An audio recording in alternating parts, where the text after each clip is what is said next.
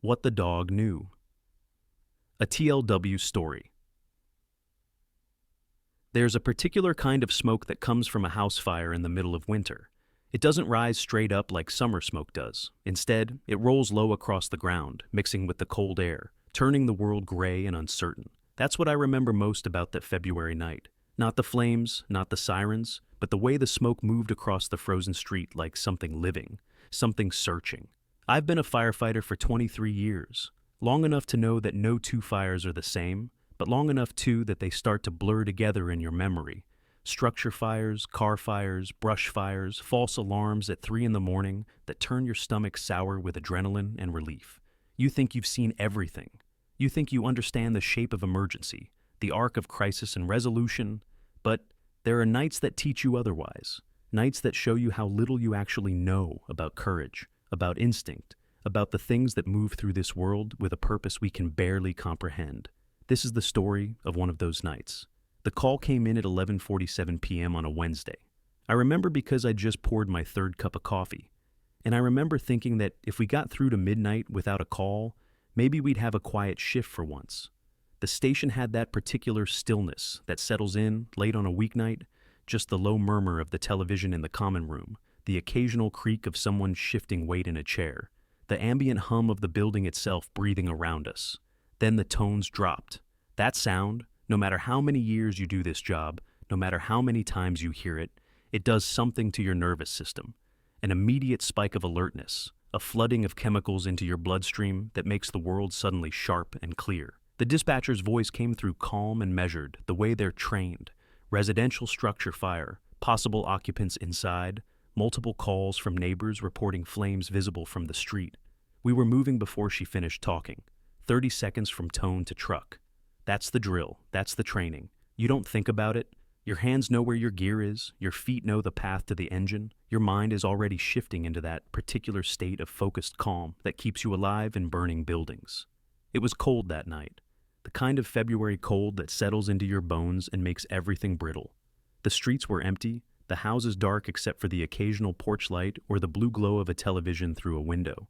We rolled through residential neighborhoods with our lights painting the night red and white, and I watched the familiar street slip past, the corner store where I buy my morning coffee, the elementary school where my daughter went to kindergarten 15 years ago, the old oak tree that's been standing on Maple Avenue for longer than anyone can remember. You'd think after 2 decades of this work, the adrenaline would fade. You'd think the edge would dull, but it doesn't. Every call, you're aware of what might be waiting. Every call, you're running towards something that most people are running away from. And every call, there's a small voice in the back of your mind, asking if this is the one that doesn't go the way you planned. We smelled the fire before we saw it.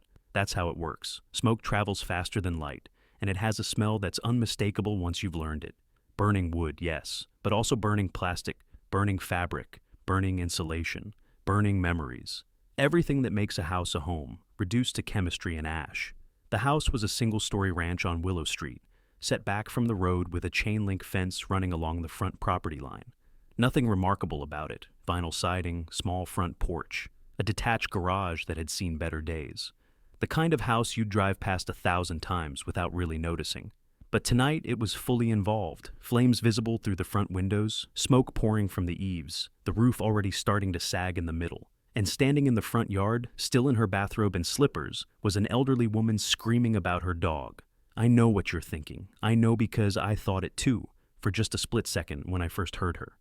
Priorities. Human life always comes first. That's the rule. That's the training. That's what keeps us from making decisions that could cost lives.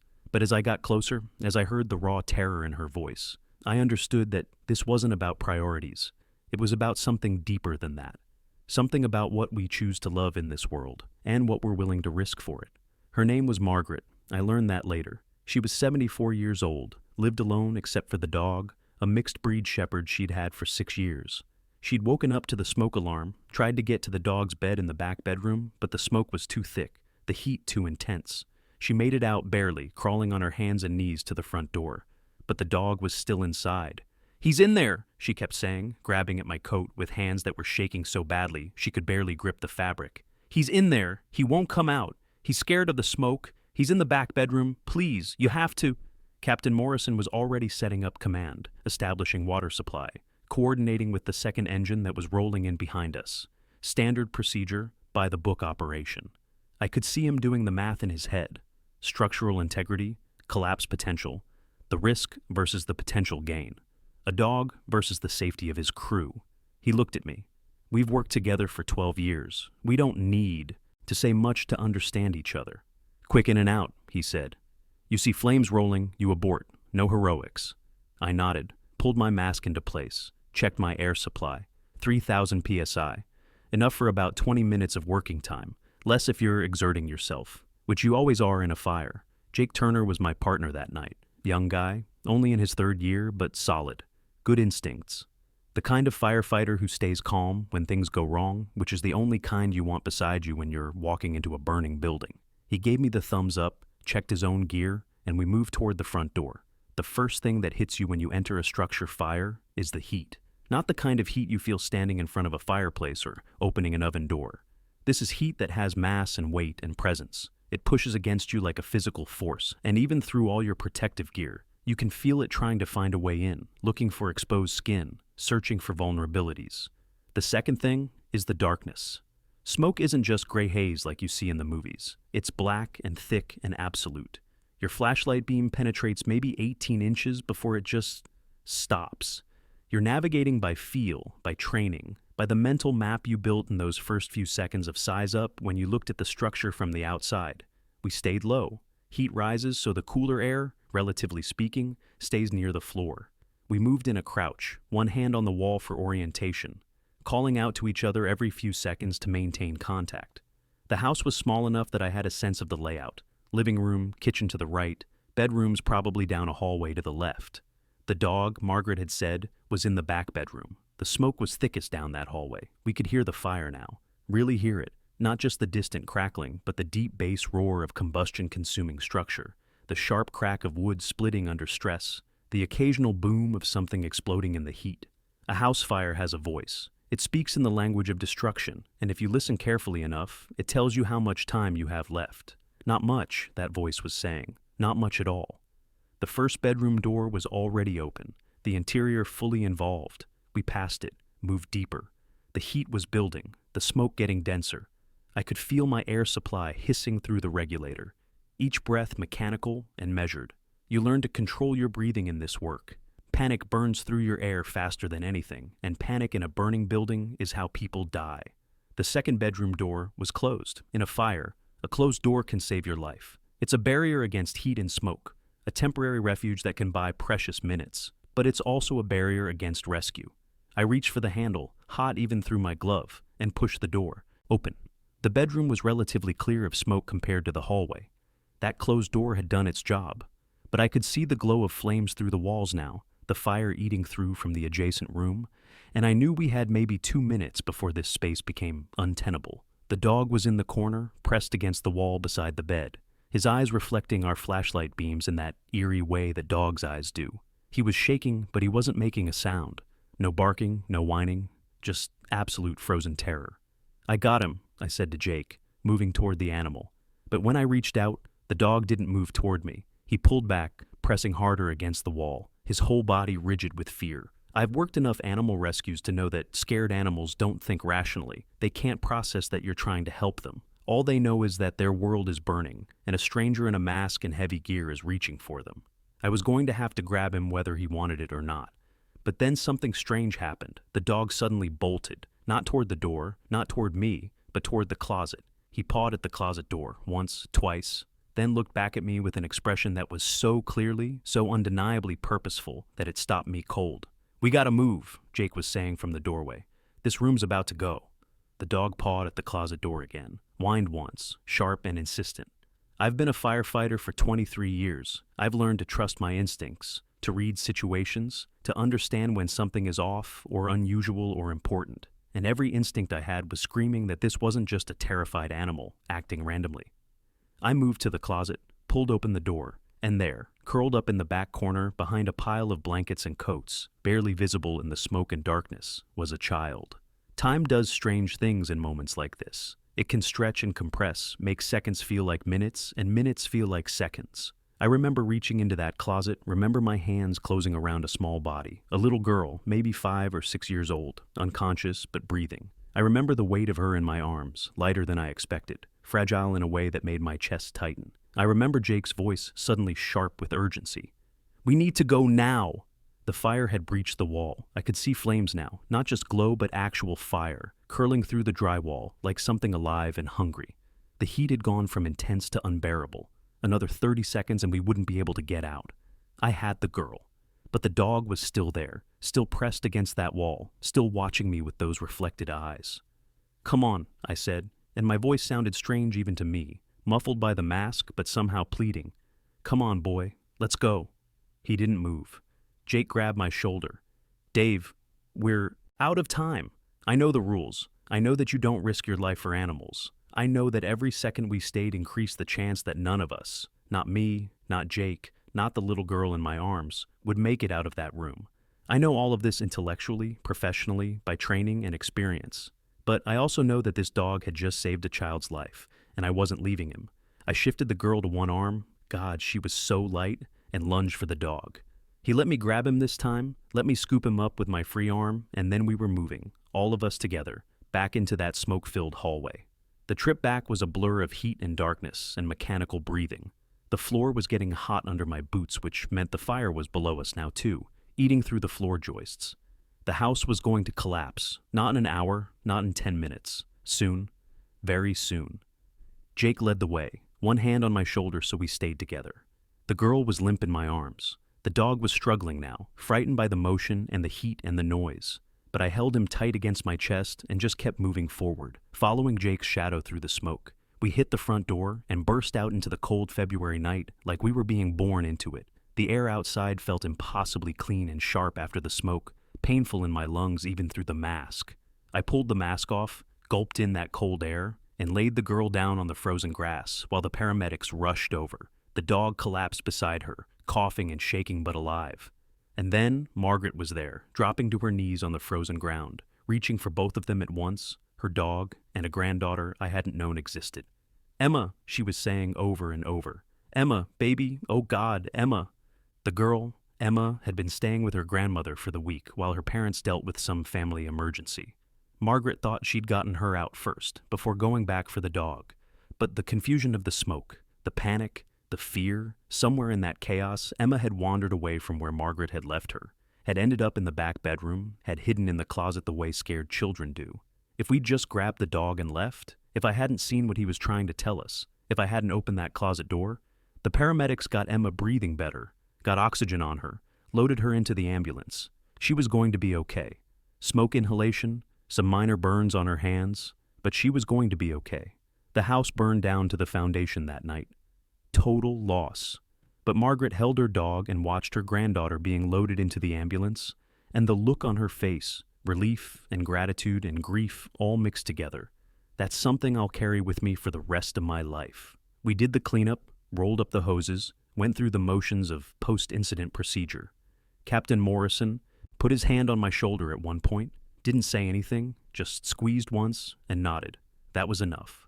Jake and I sat in the engine on the way back to the station, not talking, just watching the dark streets slip past. The adrenaline was fading now, leaving behind that particular exhaustion that comes after a call like this. Not physical tiredness, though that's there too, but an emotional weight, a heaviness in your chest that takes time to process. "That dog knew," Jake said finally. "I don't care what anyone says, that dog knew exactly what he was doing." I nodded, because he was right. That dog knew. The thing about animals is that we assume we understand them, but we don't. Not really. We project our own thoughts and emotions onto them. We make them simple in our minds because it's easier to think of them as driven purely by instinct and need. But anyone who's lived with animals, anyone who's really paid attention, knows there's something else there, some kind of intelligence or awareness or connection that we can't quite name. That dog could have run. When I opened the bedroom door, he could have bolted for safety, saved himself. He was scared enough, certainly. But instead, he stayed with that little girl. And when help arrived, he made sure we knew where she was. How did he know we were there to help? How did he understand that we needed to know about the closet? How did he overcome his own terror to communicate something so specific, so purposeful? I've thought about this a lot in the years since that night. I've turned it over in my mind, looked at it from different angles, tried to understand what I witnessed. And I've come to believe that what we call intelligence or consciousness or awareness, whatever it is that makes us human, that gives us the ability to choose and think and care, exists in forms and degrees we barely recognize. That dog made a choice. In the middle of absolute chaos and terror, when every survival instinct must have been screaming at him to save himself, he chose to stay with a vulnerable member of his pack. And then he chose to trust us, to trust that the strangers in masks and heavy gear were there to help, not harm. That's not instinct, that's something else. Something harder to name, but impossible to dismiss. 3 days later, I went to visit Margaret in the temporary housing the Red Cross had set up for her. Emma was back with her parents by then, recovering well, already telling everyone about the adventures she'd had hiding in Grandma's closet. Margaret was living in a small apartment until the insurance came through, starting the long process of rebuilding, but she had her dog, and that seemed to be enough. The dog, his name was Sam, I learned, recognized me immediately, came right over, tail wagging. That simple joy that dogs have when they see someone they know. I knelt down and scratched behind his ears, and he leaned into my hand with a contentment that seemed to say that the night of the fire was already far behind him, just another experience in a life full of experiences. "I can't thank you enough," Margaret said, and her voice was thick with emotion. "Both of them. You saved both of them." "But that's not quite true. I saved Sam, yes, but Sam saved Emma. I was just the tool he used to do it." Margaret made us tea, and we sat in her small temporary living room and talked about the fire, about Emma, about the long road ahead. She told me stories about Sam, how she'd found him at the shelter 6 years ago, how he'd been returned twice by other families who said he was too anxious, too high-strung, how she'd taken him home anyway, worked with him, given him the time and patience he needed to learn to trust. "He's always been protective of Emma," she said. "From the first time they met, he just took to her, followed her everywhere, slept by her door when she stayed over, like he'd appointed himself her guardian.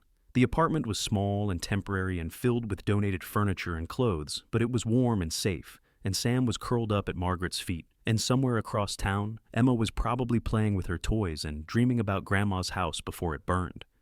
"What will you do?" I asked. "About the house?" Margaret looked out the window at the gray February day. "Rebuild," she said simply. "What else can you do? You rebuild, you start over. You carry forward what matters." I left a while later, drove back to the station, went through the familiar routines of checking gear and writing reports and drinking too much coffee. But something had shifted in me, some subtle recalibration of how I understood my work, my purpose, the shape of courage and choice. We tell ourselves stories about heroes, about brave firefighters running into burning buildings, about dramatic rescues and last-second saves. And those stories are true as far as they go. But they're also incomplete, because the real heroes sometimes are the ones who make quiet choices in moments of terror, who stay when they could run, who trust when they have every reason to fear, who somehow find the wisdom to know what matters most and the courage to act on it. Sam was a hero that night, not because he did something dramatic or flashy, but because he chose love over fear. He chose responsibility over survival. He chose to trust that help was possible even when the world was burning around him. And in doing so, he saved a life. Maybe more than one, because that little girl has a whole future ahead of her now, full of moments and experiences and relationships that would have been erased if not for a dog who refused to leave her behind. The months passed, spring came, and with it the slow work of rebuilding. I'd check in with Margaret occasionally, see how things were progressing. The foundation was poured, the framing went up, the roof went on. By summer, there was a house again on Willow Street, different from the one that had burned but recognizable. A phoenix rising from ash and insurance money and human stubbornness. Emma came to visit often during the construction. I'd see her sometimes when I drove past, running around the yard with Sam while Margaret talked to contractors and made decisions about paint colors and cabinet hardware. The child had no lasting trauma from the fire, that resilience that children have, that ability to experience something terrible and then move forward without carrying the full weight of it. But I wonder if she'll remember when she's older. I wonder if there will come a time when she understands what happened that night, what choice her grandmother's dog made, how close the margin was between tragedy and survival. We had a small ceremony at the station a few months after the fire. Nothing official, nothing formal, just a gathering where Captain Morrison presented Sam with an honorary fire department badge and made some remarks about courage coming in all forms. Sam sat patiently through the whole thing, tolerating the attention with the slightly bemused dignity that dogs have when humans are making a fuss over them.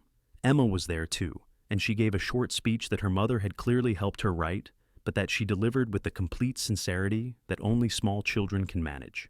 She talked about how Sam was her best friend, how he always protected her, how she was going to be a firefighter when she grew up just like the men and women who saved her and Sam. And then she wrapped her arms around Sam's neck and buried her face in his fur.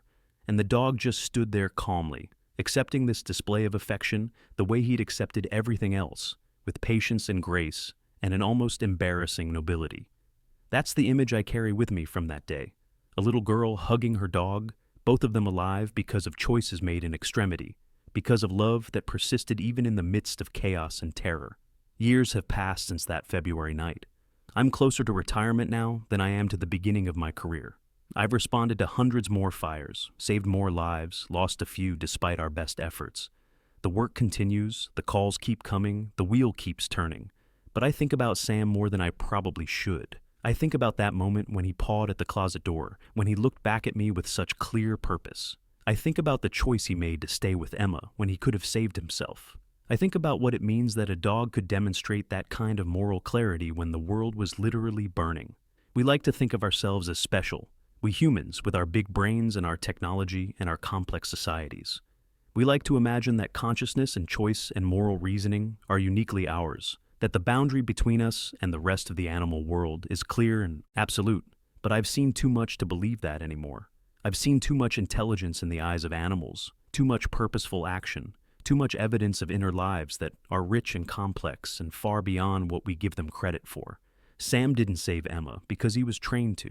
He didn't do it because of some simple instinct. He did it because he loved her, because he'd appointed himself her protector, because when the moment came, he was able to put her needs above his own fear. That's not just instinct, that's virtue, that's character. That's a kind of heroism that has nothing to do with species and everything to do with the choices we make when everything is on the line. The new house on Willow Street has been finished for years now.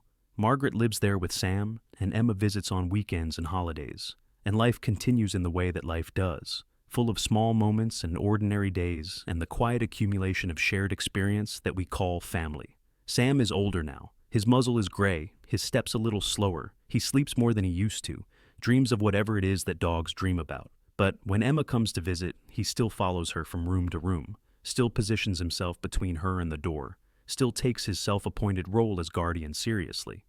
I drove past the house a few weeks ago, saw them all in the front yard, Margaret working in her garden, Emma pushing Sam in a wagon because his hips don't work as well as they used to, the dog sitting patiently and letting the child do this ridiculous thing because it makes her happy.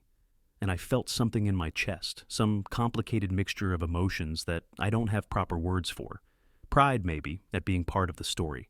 Humility, certainly, at being shown what courage really looks like. Gratitude for the reminder that heroism isn't always loud or dramatic or obviously human. Sometimes it's just a dog who refuses to leave a child behind. Sometimes it's just love that proves stronger than fear. Sometimes it's just the quiet choice to trust that help is coming, even when the world is burning. There's a photo on the wall at the station now. Emma and Sam and the crew from that night. All of us standing in front of Engine 7 on the day we gave Sam his honorary badge. I pass it every shift, and every shift I pause for just a moment. Remember that February night. Remember the heat and the smoke, and the moment when I opened that closet door. The work of a firefighter is about saving lives. That's what we sign up for, that's what we train for. That's the simple, noble purpose that gets us out of bed when the tones drop at 3 in the morning. But sometimes, not often, but sometimes, the work is about being saved. About having your eyes open to something you didn't understand before. About learning from the most unexpected teachers. Sam taught me something that night. He taught me that courage isn't the absence of fear. It's the choice to act despite fear. He taught me that intelligence and consciousness and moral awareness exist in forms we barely recognize. He taught me that love can create heroism in the most unlikely vessels. And he taught me that sometimes, when you think you're doing the rescuing, you're the one being rescued. The calls keep coming, the fires keep burning, the work continues. But I carry that lesson with me now, into every situation, every emergency, every moment when split-second choices might mean the difference between tragedy and survival. I carry the memory of a dog who saw what needed to be done and did it. And I carry the understanding that heroism is everywhere, if we're wise enough to recognize it, if we're humble enough to learn from it, if we're open enough to let it change us. It's February again as I write this. Another cold night at the station, another cup of coffee, another wait for the tones that might drop at any moment. The wheel keeps turning. The work continues. Life moves forward in its messy, complicated, beautiful way. But I think about Sam, and I think about Emma, and I think about the choices we make when the world is burning. And I think that maybe, just maybe, we're all capable of that same kind of heroism if we can find the courage to see it, to choose it, to be it when the moment comes. The smoke moves across the frozen ground. The cold air settles in.